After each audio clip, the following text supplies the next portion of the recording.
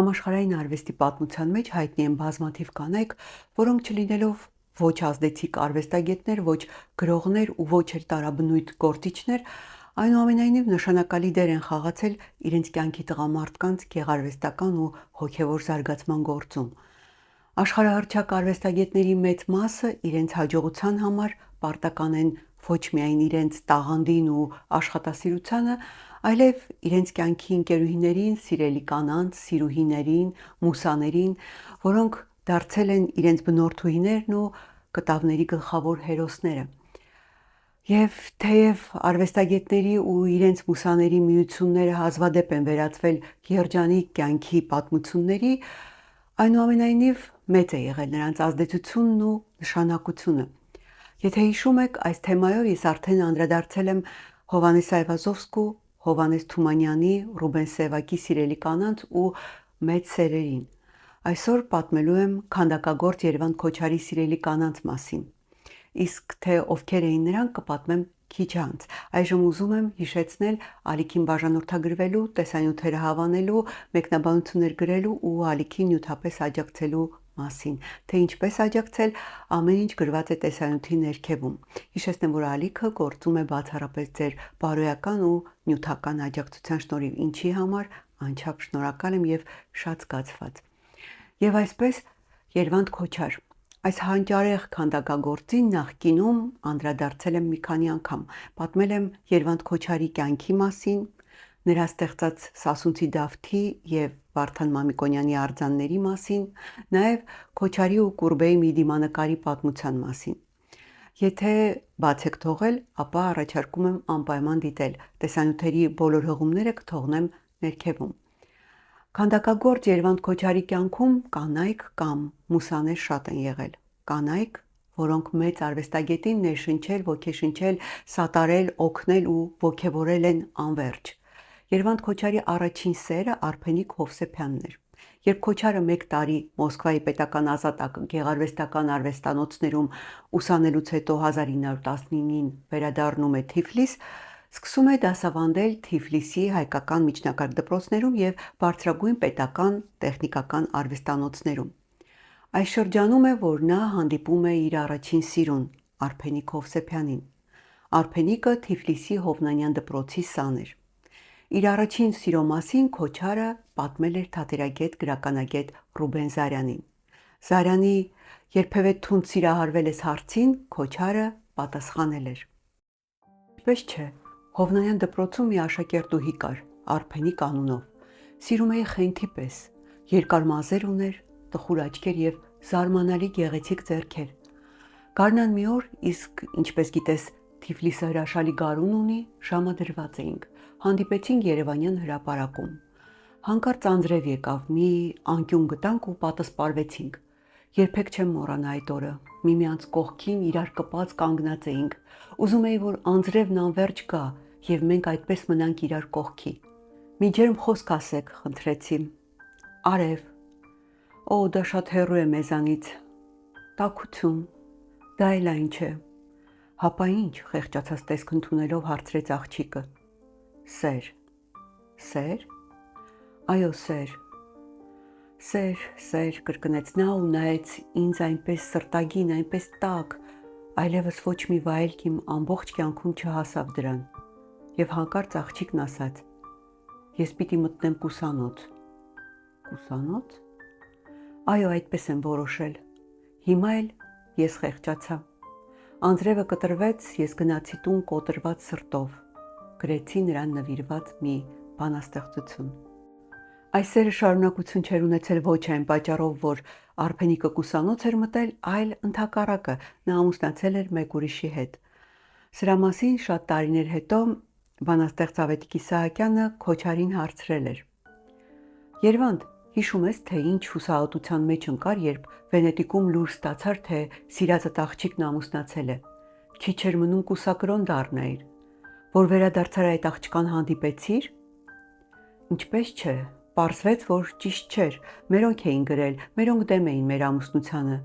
Հետո ավելի ուշ մի օր հանդիպեցի, երբ նա արդեն ամուսնացել էր եւ ինչպես ինքն էր ասում, երջանիկ էր։ Ասացի,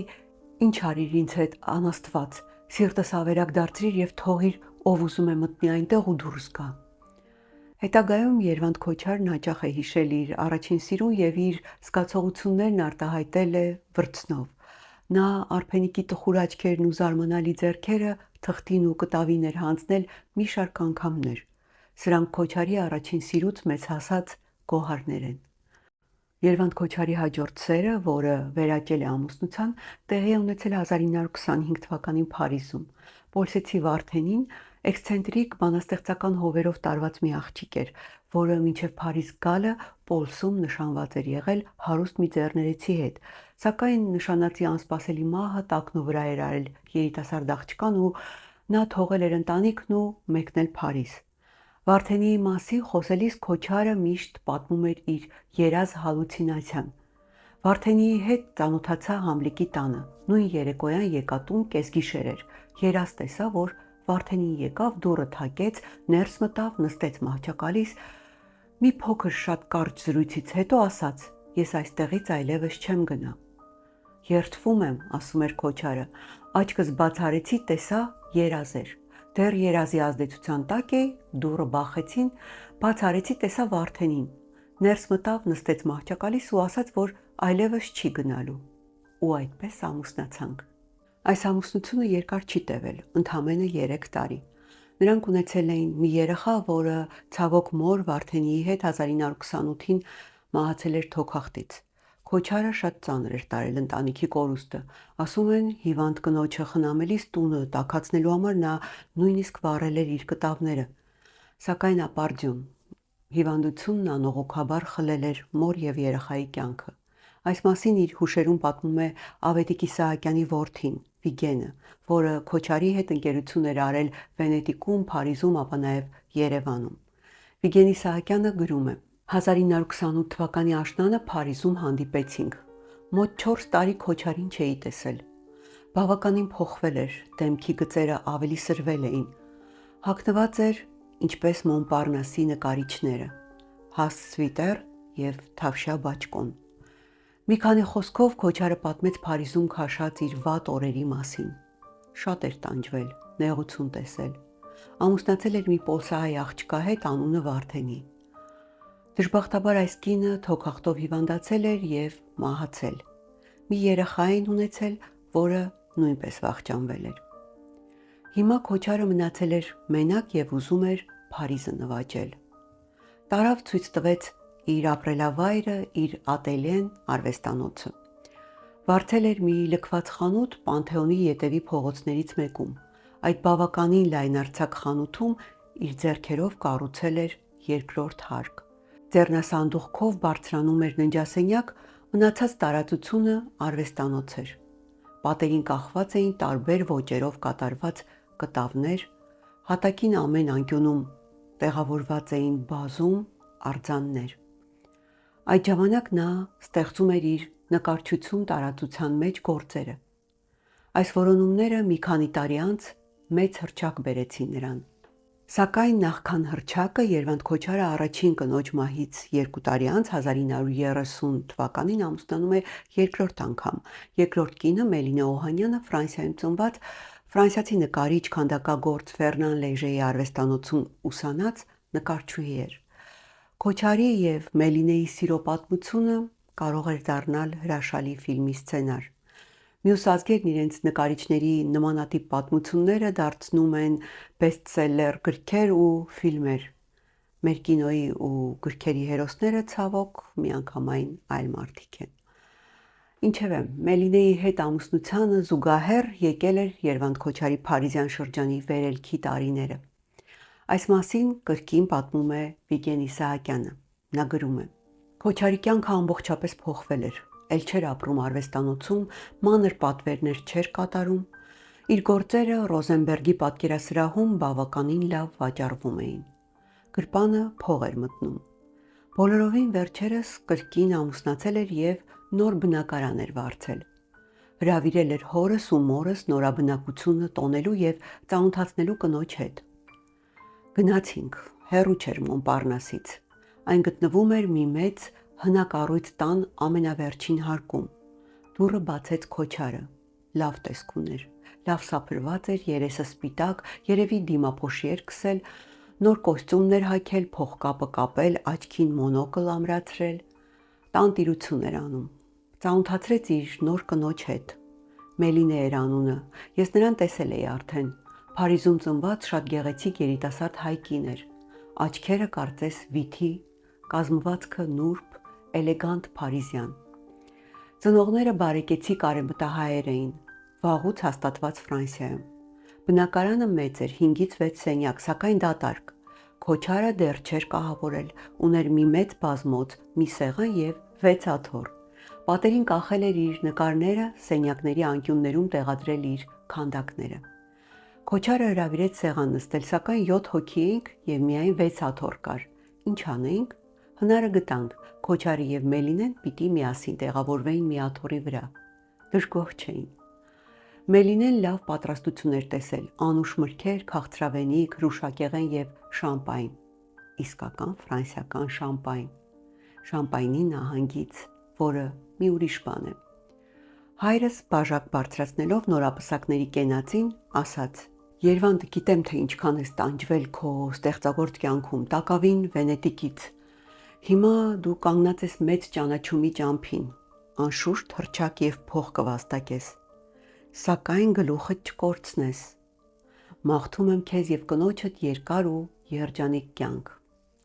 Մելինեի հետ կյանքը երջանիկ, բայց ցավոք նույնպես երկար չտևեց։ Մելինեն ոգեշնչում էր Քոչարին լիուլի, մողում նրան նոր արարումների, նոր ձեռքբերումների ու բարձունքների։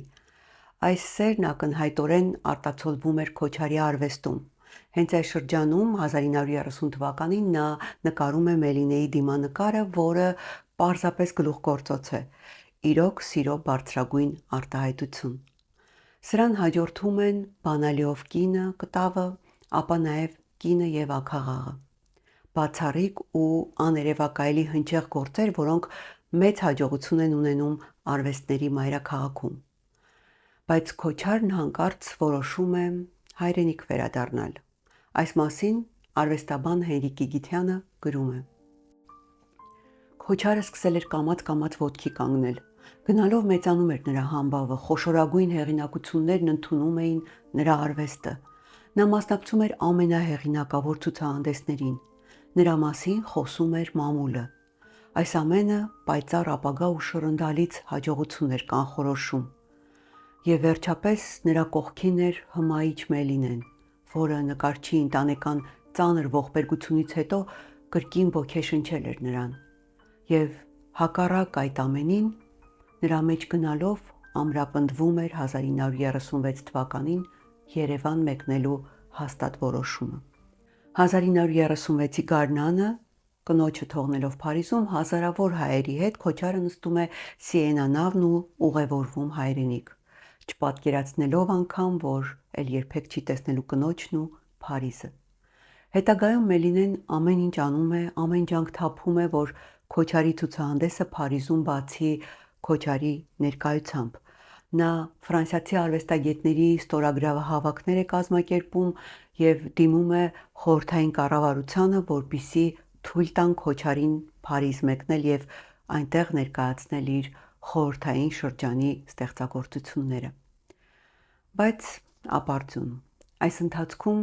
խորհրդային միությունն արդեն հասցրել էր Քոչարին բանտ նստեցնել ու ֆորմալիզմի պիտակ փակցնել նրա արվեստին։ Իսկ Փարիզ մեկնելու մասին բնականաբար խոսք լինել չէր կարող։ Մելինեն սակայն հույսը չէր կորցնում։ Քոչարին գրած նրա նամակներից մեկում կարդում ենք. Իմ թանկագին, իմ հանճար, ես մի ցանկություն ունեմ միայն, կրկին տեսնել քեզ։ Այդ միտքն ինձ ոչ մի րոպե հանգիստ չի տալիս։ Ես միայն քեզնով եմ ապրում եւ միայն քեզ համար։ Մայրիկն առաջինը կարդաց նամակդ, նա ասում է Քոչարը մեկնեց եւ մեր երջանկությունը գնաց նրա հետ։ Նա շատ է ցավում, որ մեկնել ես եւ հաճախ է խոսում քո մասին։ Ինչպես ես։ Ինչ ես անում հիմա։ Ինչպես եղավ, որ Թիֆլիսում ես։ Սերիմ, թանկագինս, քեզ եմ ուղարկում այս թուղթը, որ պիտի ստորագրես անձնագրիս համար։ Հենց որ ամեն ինչ կարգի ընկնի, ես կհեռագրեմ քեզ եւ շուտով քո գրկում կլինեմ։ Ես անզուսպ փափագով եմ մտածում այն օրհնյալ օրվա մասին, երբ կրկին կհանդիպենք։ Սիրտս քեզնով էլի, բառերն անզոր են արտահայտելու իմ ողջ քնքշությունը։ Ցտեսություն իմ հանճար, իմ թանկագին։ Քնքշորեն ջերմ ու ամբողջ հոգով համբուրում եմ քեզ։ Քո փոքրիկ, շատ թախծոտ Մելինե։ Այդպես էլ ամեն ինչ կարգի չընկավ ու Մելինեն չհայտնվեց ամուսնու գրկում։ Նա 30 տարի հավատարմորեն սպասեց Քոչարին։ Սիրելի ամուսնու հանդեպ պարտքը կատարելով Մելինեն 1966 թվականին Փարիզի Պերսիե պատկերասրահում կազմակերպեց Երվանդ Քոչարի ցուցահանդեսը, որից հետո 3 տարի անց 1969-ին երկարատև սպասումներից հուսահատված ինքնասպան եղավ։ Մելինեից մնացին նրա կտավները, որոնք սկզբում սրբորեն պահում պահպանում էր Մելինեի մայրը, սակայն մոր մահից հետո դրանք հայտնվեցին մասնավոր հավաքածուներում։ Նկարչուհու աշխատանքների ցաք ու ցրիվ վիճակը արվեստաբանների ուշադրությունից դուրս մնալու պատճառներից մեկն էր։ Մյուս պատճառը իհարկե մեծն Քոչարի ստվերում ստեղծագործելու ու միևնույն ժամանակ հայտնի դառնալու անհնարինությունն էր։ Բայց պետք է ասեմ, որ ուրախություն մեզ Մելինեի մահից 5 տարի անց առաջին անգամ Հայաստանում փորձ է արվել ցուցադրել տաղանդավոր այս նկարչուհու աշխատանքները։ Երևանում Ջոտոյի թանգարանում բացվել է արվեստով մի եղեն Երվանդ եւ Մելինե Քոչարներ խորագրով ցուցահանդեսը։ Այս հրաշալի ցուցահանդեսի մտահղացումը թանգարանի տնօրեն Արփինե Սարիբեկյանինն է, ով նաեւ ցուցահանդեսի մի համադրողն է, մյուս համադրողը Հայկուհի Սահակյանն է։ Իրոք հետաքրքիր ու յուրօրինակ աշխատանք են կատարել, առաջարկում եմ հնարավորության դեպքում անպայման գնալ ու դիտել այս յուրօրինակ ցուցադրությունը։ Մինչ Մելինեն Փարիզում փորձում էր ամուսնու ցուցահանդեսը բացել ու նրան Փարիզ տանել,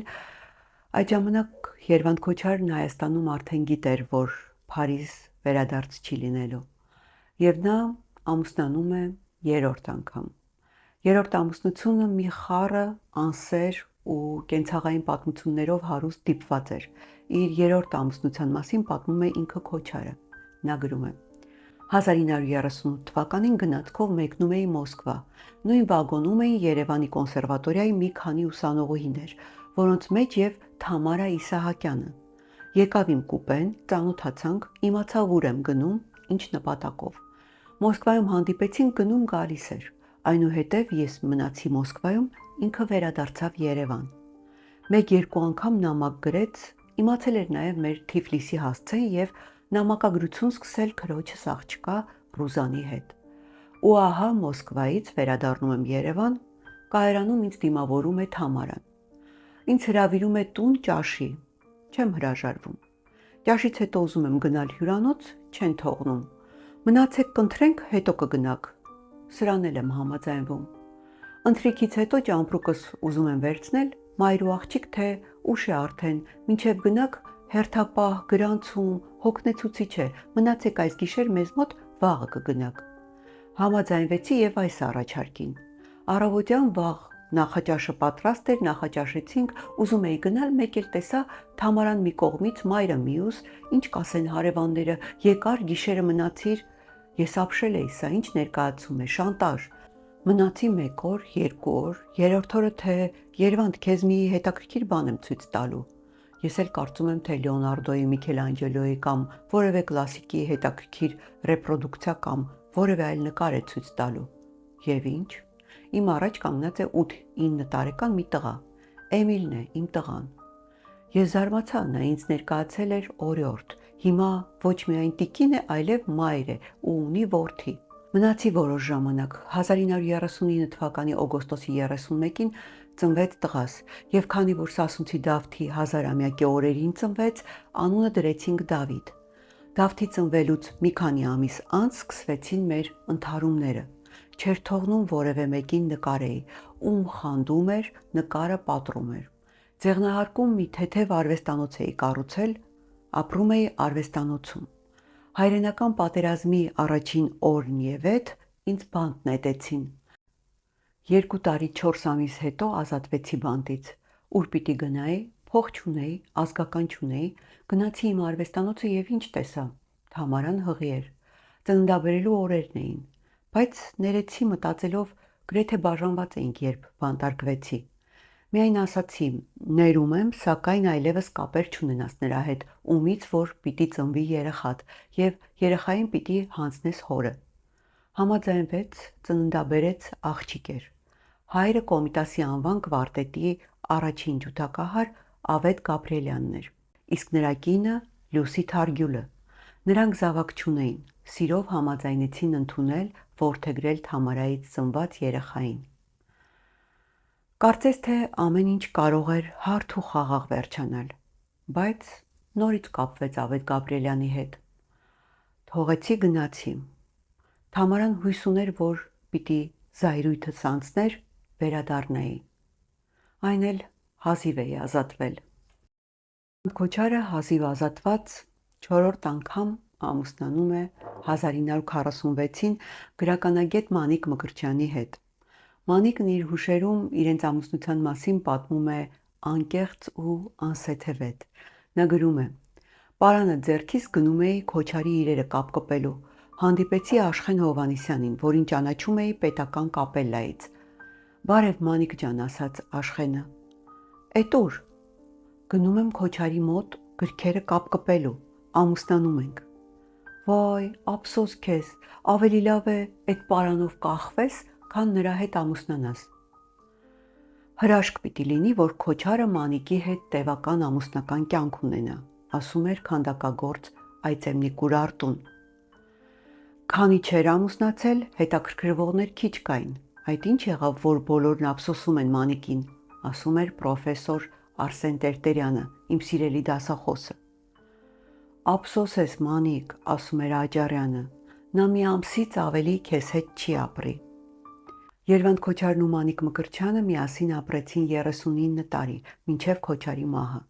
Մասնագիտությամբ գրականագետ, գրաբարի եւ միջնադարյան գրականության գիտակ, 14 գիտական աշխատությունների հեղինակ, նաեւ կոնսերվատորիայի վոկալի բաժինն ավարտած Մանիկ Մկրտչյանը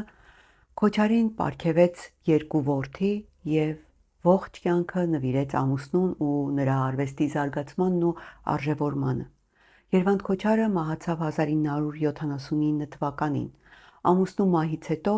Մանիկ Մկրտչյանը հատ-հատ հավաքեց Քոչարի գործերն ու արխիվը եւ ամեն կերպ ջանք չխնայելով հասավ իր բաղձալի նպատակին։ 1984-ին բացվեց Երվանդ Քոչարի թանգարանը։ Մանիկ Մկրտչյանն իր արածն ու իր ապրածը ամփոփում է մեկ նախադասությամբ։ Նա գրում է. Գիտակցական կյանքից 2/3-ն անցկացրի Քոչարի հետ։ Ես այդ բոլորը արեցի իմ ժողովրդի համար։ Թեև զրկվեցի անձնական կյանքից, տոկացի, տառապեցի, երբեմն արժանապատվությանս նսեմացման գնով։ Սա այն դեպքն է, երբ ասում են յուրաքանչյուր կայացած տղամարդու հետևում ուժեղ կին է կանգնած։ Կարծում եմ Մանիկ Մկրտչյանը Երևանում, Մելինե Օհանյանը Փարիզում այն ուժեղ կանայք էին, որ մինչև իրենց կյանքի վերջը ինքնազոհողության գնով կանգնեցին Քոչարի թիկունքին, զորավիք եղան նրան եւ չանհանգստացան ու չնեղվեցին հանճարի ստվերում մնալուց։ Վերջում, որպես ամփոփում, ուզում եմ ավարտել Երվանդ Քոչարի տողերով, որոնք հրաշալի այս կանանց ու նրանց նվիրումի լավագույն պատասխանն են։ Երբ սիրում ես մի կնոջ, քո սերն ես սիրում նրա մեջ։ Դա իր հետ բերում է քո ուզած գեղեցկությունը, թեև դա մի ենթագիտակցական ընթացք է, եւ մենք այդ գեղեցկությունն ընդունում ենք իբրև իրողություն։ Երբ մեկին նկարում ես, հափշտակվում ես նրանով եւ գուցե այդ սիրուց է, որ նրան տեսնում ես ավելի լավ, քան նա իսկապես կա։ Դու չես մտածում լավացնել նրան, դու ուղղակի նրան տեսնում ես լավ։ Դա հոգեկան վերագրում է։